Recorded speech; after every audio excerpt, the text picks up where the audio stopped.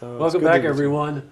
Well, you know what? As part of the Thanksgiving tradition for the last 14 years in Saratoga, the Turkey Trot 5K has just been an integral part of Thanksgiving. And joining me today is the co-founder, Mark Dailey. Welcome, Mark. Thank you very much for having me come along. Appreciate it. Nice to have you here. When I say, it's not an understatement to say that the Turkey Trot 5K, which happens on Broadway in Saratoga on Thanksgiving morning, is really part of Thanksgiving because you get upwards of 3,000, 3,500 runners. It's true, yes. That's insane. Yeah. I think, when we first started, I don't think we had this perception that people were going to make this a tradition within their family. We put it out there the first year, and we had 350 people come to our neighborhood and run. We moved to Broadway the next year. And as time went on, people started to count on this. This was a part of their day, became a part of their tradition. So it sort of happened almost surreptitiously that it grew, and then families said, well, first we'll do that run, then we go back to the house and check on the turkey, and we'll eat at 4 o'clock, and it's just become a part of it. So a lot of people come into town to visit their families, and they end up getting together and running in the race. Now, the Christopher Dailey Foundation is in honor of your son, Yes. Chris. Tell us a bit about the history on that. So on November 23rd, 2001, Christopher passed away. We soon got an idea to start a foundation in his name. The idea came from a couple different people, but at the time, my daughter, Laura Rose, was playing basketball. She was 11, and we always had difficulty finding gym space. And I thought, this town needs another gym. And this event happened, unfortunately, but I kind of put the two ideas together, and I was inspired to start a foundation with Maria, my wife, and we started it thinking we could build a gymnasium. And I think it was a tall order, but as time went on and a couple fundraisers got going, next thing you know, we had some money, and we thought, we could do this. And so we kept working away and fundraising between our golf tournament, our Christopher Dailey 5K race, Turkey Trot, and eventually we got to the point where we could get it built, get it up, get it being used by the youth of our community, and paid for. So it was a strange way the way it came about. It was a very difficult loss for us, still is to this day for our family. But we channeled our energy in some ways into this project.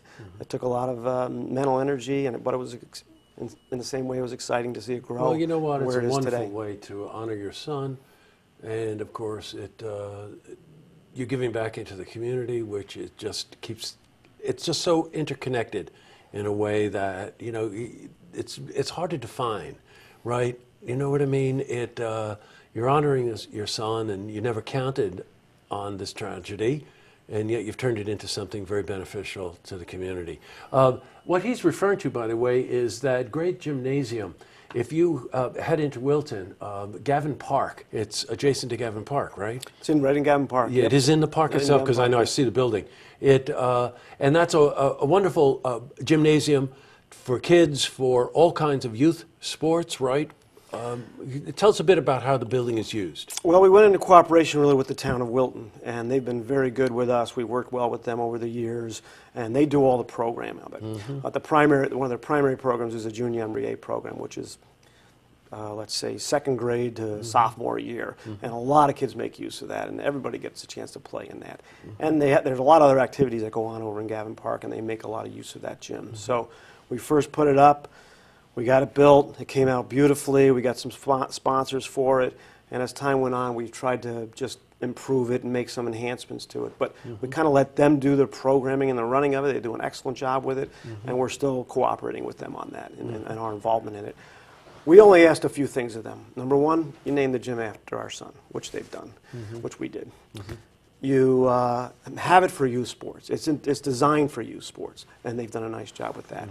And then we had one of our board members stay involved in the Recreation Commission as a way of sort of steward our relationship with them and proper use of our gym. So that's all worked out well. And interestingly enough, before we went on air, Mark and I were talking about how the funds are used. And that gymnasium, by the way, was paid off in full. That's a pretty big price tag, by the way, 2006. And they've gone on to help other organizations like Double H Ranch. They were behind building a rehab housing facility for girls at the Double H.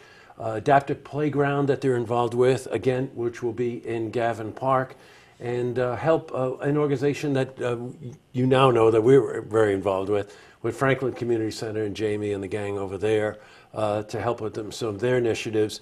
You're raising money, and that money is going right back into the community. We're supporting youth sports any way we can, really, and we're open to, and I'll say this here, people that are interested in coming to us with a request for funding.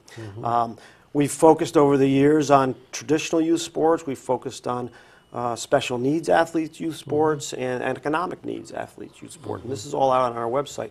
So our relationship with Franklin Community Center came easily on the special needs side. Yes, correct. And so they came to us asking for some assistance with things related to sports for the at-risk community that they serve.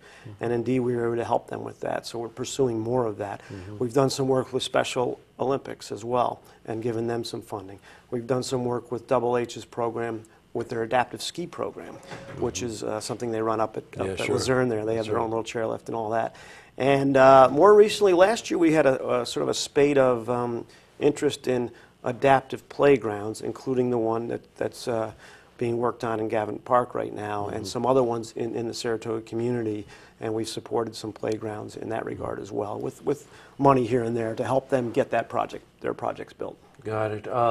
The event is Thanksgiving, which this year is the 26th, Thursday the 26th. It's a 14th annual, and it really is a tradition when you get close to 3,000, 3,500 runners. Now, some people are competitive, some people like to walk. You get a lot of walkers, right? And we've got families, and we've got everybody. So bring the family out. By the way, it's great exercise before you sit at the table for the rest of the day and complain that you've eaten too much. So get out there. It's a really worthwhile cause. Registration, $23. And there is no day of. What's the website? How do they register? They can go on our website, which is ChristopherDaileyFoundation.com. Got it. And then that'll click them right into the link to register. Great. Mark, it's such a pleasure to meet you. Thank you for coming in and turning adversity into really something that really just benefits the whole community. It's really amazing what you're doing. Thank you. Okay. Thanks for having us in. Oh, you're welcome. To see this interview again, you can head to our website, looktvonline.com.